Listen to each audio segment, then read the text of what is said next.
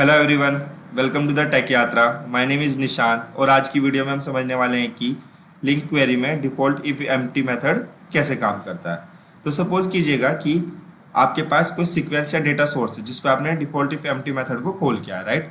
और अगर वो डेटा सोर्स आपका एम्प्टी नहीं है तो उस केस में उस डेटा सोर्स के जो ओरिजिनल एलिमेंट्स थे वही आपको रिटर्न हो जाएंगे। सेकेंड थिंग, अगर आपका डेटा सोर्स या जो सीक्वेंस था वो एम्प्टी था, उस केस में जो डेटा सोर्स का डेटा टाइप था उस डेटा टाइप की डिफॉल्ट वैल्यू के साथ एक एम्प्टी डेटा सोर्स रिटर्न हो जाएगा। जैसे कि आप एग्जांपल में देख सकते हैं, यहाँ पे दो ओवरलोडेड वर्जन है डिफॉल्ट इफ एम्प्टी मेथड के, ठीक है। आप जब पहले वाले की बात करेंगे तो वो क्या काम कर रहा है, उसके अंदर कोई पैरामीटर पास नहीं हो रहा है, ठीक है। बस आप क्या काम करेंगे, जो भी डेटा सोर्स है उस पर डिफॉल्ट इफ एम्प्टी मेथड को कॉल कर देंगे, ठीक है। एंड देन वो सेम काम करने वाला है जो मैंने अभी आपको बताया।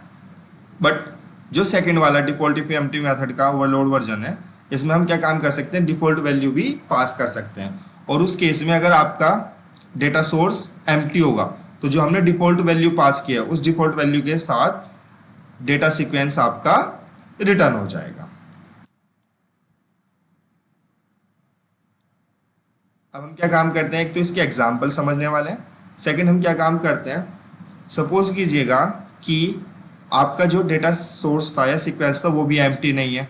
एंड देन आपने क्या काम कर लिया, आपने तब भी डिफॉल्ट जो वैल्यू थी वो पास कर दी। तो उस केस में डिफॉल्ट एम्प्टी मेथड कैसे काम करेगा, तो उस केस में वो हमेशा जो प्रायोरिटी देगा वो ओरिजिनल वैल्यूज़ को देगा, क्योंकि डेटा सोर्स पहले से ही एम्प्टी नहीं था तो जो उसकी ओरिजिनल वैल्यूज़ थी वही रिटर्न होने वाली है। अब हम क्या काम करते हैं, इसके एग्जाम्पल्स को समझ लेते हैं। तो मैंने क्या काम किया है, अगर आप यहाँ पे देखेंगे तो मैंने एक डिफ़ॉल्ट इफ़ एम्प्टी ऑपरेटर के नाम से एक क्लास बनाई है, ठीक है। और उस क्लास में मैंने क्या काम किया, कुछ फंक्शंस लिखे हैं ताकि हम उन एग्जाम्पल्स को डिटेल में समझ पाए, ठीक है। तो सबसे पहला एक फंक्शन है एग्जाम्पल, फिर example when sequence is empty, right. And then और भी फंक्शंस है। तो हम क्या काम करते हैं, सबको वन बाय वन डिबग करते हैं एंड देन समझते हैं कि किस केस में ये कैसे काम करता है। तो सबसे पहले मैंने क्या काम किया, डिफॉल्ट इफ एम्प्टी जो ऑपरेटर क्लास थी उस क्लास का मैंने यहाँ पे ऑब्जेक्ट बना लिया। फिर मैं यहाँ पे इसका जो फर्स्ट मेथड था एग्जाम्पल उसको कॉल करने वाला हूँ, ठीक है। इस केस में मेरा क्या है, जो डेटा सोर्स है वो लिस्ट ऑफ इंटीजर्स है एंड देन उसमें कुछ वैल्यूज है 10, 20 एंड 30। तो इस केस में जो डेटा सोर्स है वो आपका एम्प्टी नहीं है। अब मैंने क्या काम किया, मेथड सिंटैक्स को यूज किया और उसको यूज करके मैंने क्या काम किया, जो डेटा सोर्स था उसमें डॉट लगा के डिफॉल्ट इफ एम्प्टी मेथड को कॉल कर दिया। क्योंकि अब ये डेटा सोर्स ही हमारा एम्प्टी नहीं था तो ये क्या काम करेगा, ओरिजिनल वैल्यूज के साथ सीक्वेंस को रिटर्न कर देगा। तो आप देखेंगे जो डेटा सोर्स आपको रिटर्न हुआ है रिजल्ट, उसमें आपकी ओरिजिनल वैल्यूज ही होंगी 10, 20 एंड 30। सेम अगर आप इसको क्वेरी सिंटैक्स से करना चाहते हैं तो आप क्या काम करेंगे, एक बेसिक क्वेरी वही from num in numbers and then select num को सिलेक्ट कर लेंगे एंड देन उसको डिफॉल्ट इफ एम्प्टी मेथड को कॉल कर लेंगे। दोनों क्वेरी आपको सेम रिजल्ट देने वाली है। अब क्योंकि ये जो इन्यूमरेबल ऑफ इंट आपका डेटा है, आप उस पर फॉर ईच लूप चला के उसके एलिमेंट्स को एक्सेस कर सकते हैं। तो मैंने यहाँ पे एलिमेंट्स को वन बाय वन प्रिंट करा दिया। तो आप देखेंगे 3 एलिमेंट थे जो यहाँ पे मेरे प्रिंट हो गए। अब हम क्या काम करते हैं, नेक्स्ट मेथड को कॉल करते हैं। उस मेथड का नाम है एग्जाम्पल। जब हमारा डेटा जो सीक्वेंस है वो एम्प्टी है तो यहाँ पे देखेंगे हमने क्या काम किया, एक डेटा सोर्स बना लिया लिस्ट ऑफ इंटीजर और ये एम्प्टी है, इसमें कोई भी एलिमेंट नहीं है। अब मैं क्या काम करता हूँ, अगर इस पर डिफॉल्ट इफ एम्प्टी मेथड को कॉल करता हूँ तो ये कैसे काम करेगा। तो देखिएगा इसने एरर नहीं दी और इसने क्या काम किया, एक डेटा सोर्स रिटर्न कर दिया, ठीक है। और उस डेटा सोर्स में आपकी कोई भी वैल्यू नहीं है, ठीक है, आई मीन डिफॉल्ट वैल्यू के साथ। तो ये क्या है, जो डेटा सोर्स था वो किस टाइप का था, इंटीजर डेटा टाइप का, और इंट की डिफॉल्ट वैल्यू क्या होती है 0। तो उस वैल्यू के साथ इसने एक डेटा सोर्स को रिटर्न कर दिया। आप इसको क्वेरी और मेथड सिंटैक्स दोनों मैंने ऑलरेडी बता दिया, तो आप यहाँ पे देख सकते हैं। और फिर मैंने क्या काम किया था, जो वैल्यू थी उसको यहाँ पे प्रिंट कर दिया। तो आप देखेंगे यहाँ पे 0 प्रिंट हो गई है, ठीक है। अब हम नेक्स्ट एग्जाम्पल समझते हैं कि जब डिफॉल्ट इफ एम्प्टी मेथड में हम क्या काम करते हैं, डिफॉल्ट जो हमारी डिफॉल्ट वैल्यू है उसको पास करते हैं, ठीक है। तो अब देखिएगा यहाँ पे मेरा डेटा सोर्स क्या है, एम्प्टी है, ठीक है। तो मैंने क्या काम किया, इस बार जब नंबर्स पे dot default if empty method को कॉल किया डॉट लगा के, तो मैंने यहाँ पे एक डिफॉल्ट वैल्यू पास कर दी, दैट इज 5। क्लियर। अब देखिएगा ये क्या रिटर्न करेगा, क्योंकि डेटा सोर्स एम्प्टी है तो वो 5 वैल्यू के साथ न्यू डेटा सीक्वेंस को रिटर्न करेगा, अदरवाइज अगर जो वैल्यू होती वो ओरिजिनल वैल्यूज़ को ही रिटर्न करता। तो यहाँ पे मेरे पास जो डेटा सीक्वेंस आया उसमें आप देखेंगे तो एक वैल्यू है, वो क्या है 5, ठीक है। अंदर मैंने उसको वहाँ पे फॉर ईच के थ्रू प्रिंट करा दिया, तो अगर आप देखेंगे यहाँ पे 5 प्रिंट हो गया, ठीक है। अब क्या काम करते हैं, नेक्स्ट एग्जाम्पल समझते हैं कि हम क्या काम करेंगे। इस मेथड पे जाते हैं, ठीक है, और ये मेथड क्या है हमारा, हम वैल्यू तब सप्लाई करेंगे जब हमारा जो डेटा सीक्वेंस है या जो डेटा सोर्स है वो हमारा एम्प्टी नहीं है।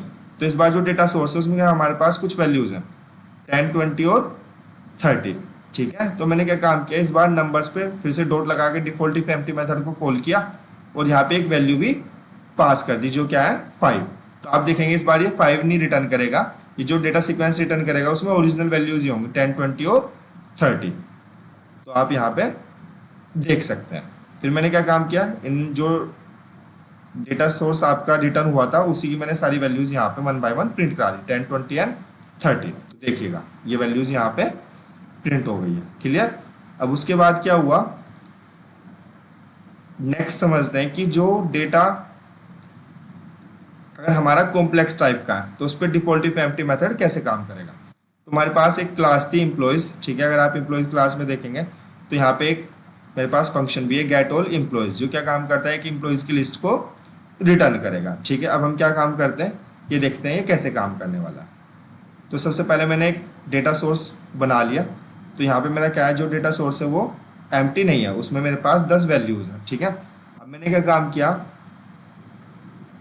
एक यहाँ पे मैंने एम्प्लॉयज का नया ऑब्जेक्ट बना लिया जिसमें वैल्यू क्या है imp5, जिसका नाम क्या है imp5। अब मैं क्या काम करता हूँ, डेटा सोर्स पे मैंने क्या काम किया, जो एम्प्लॉयज था उसमें मैंने डिफॉल्ट इफ एम्प्टी मेथड को कॉल किया और जो मैंने एक नई वैल्यू यहाँ पे डिफॉल्ट वैल्यू पास कर दी, ठीक है। तो डिफॉल्ट वैल्यू के साथ जो न्यू सीक्वेंस है वो रिटर्न नहीं करेगा, क्योंकि जो हमारे पास ओरिजिनल वैल्यूज है ये उसी को रिटर्न करेगा, क्योंकि हमारा डेटा सोर्स यहाँ पे एम्प्टी नहीं था। तो देखेंगे आप 10 ही एलिमेंट है, ठीक है।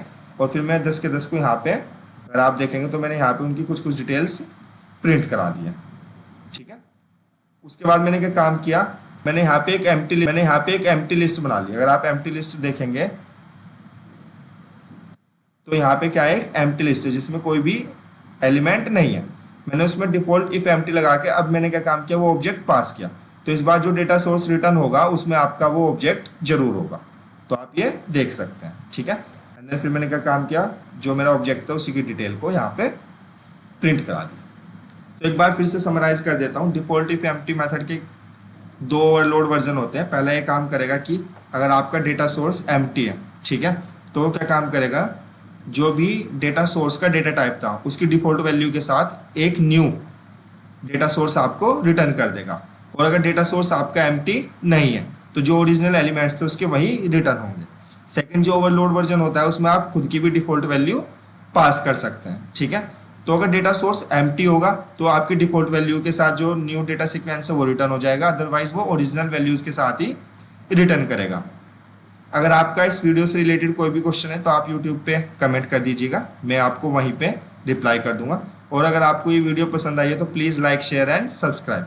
Thank you, let's connect in next video, bye.